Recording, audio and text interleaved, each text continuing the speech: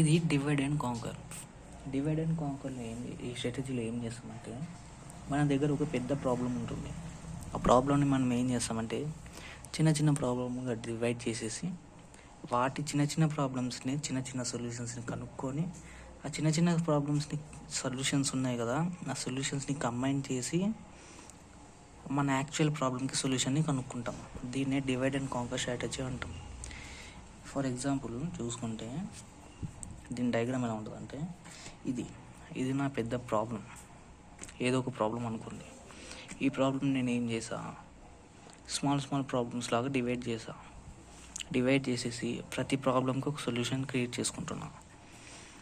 చేసేసుకొని వాటన్నిటిని కంబైన్ చేసి ఒక పెద్ద సొల్యూషన్ క్రియేట్ చేసుకుంటున్నా. సో ఇప్పుడు మన ఈ పెద్ద ప్రాబ్లంకి ఈ పెద్ద సొల్యూషన్ అనేది వచ్చేసింది. సో ఇది డివైడ్ అండ్ కాంకర్ ఇలా పనిచేస్తుంది. ఇప్పుడు దీని అల్గోరిథం చూసుకున్నాం అనుకో, ఇది డిఏఎన్సి అంటే డివైడ్ అండ్ కాంకర్ అని నేను ఇక్కడ ఒక ఫంక్షన్ క్రియేట్ చేసి పెట్టుకున్నాను. మనం ఈ ఫంక్షన్స్లో పి అనేది అంటే మన ఈ పెద్ద ప్రాబ్లం ఉంది కదా, దాన్ని ఇందులో తీసుకొని పెట్టుకున్నాం.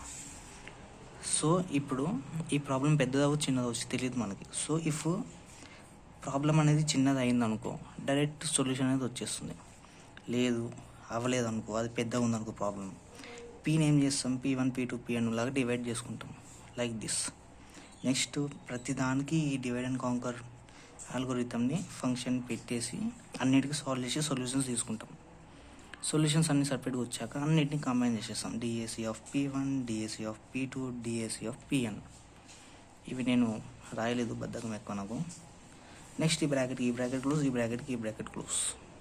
నెక్స్ట్ వీటి అప్లికేషన్ చూసుకున్నాం అనుకో, బైనరీ సెర్చ్లో యూజ్ అవుతాయి, మినిమం అండ్ మ్యాక్సిమం నెంబర్స్ కనుక్కోవడానికి యూజ్ అవుతాయి, మర్జ్ సార్ట్ చూసుకున్నా ఇంకొకటి స్ట్రాక్స్ అండ్ మ్యాట్రిక్స్ మల్టిప్లికేషన్స్.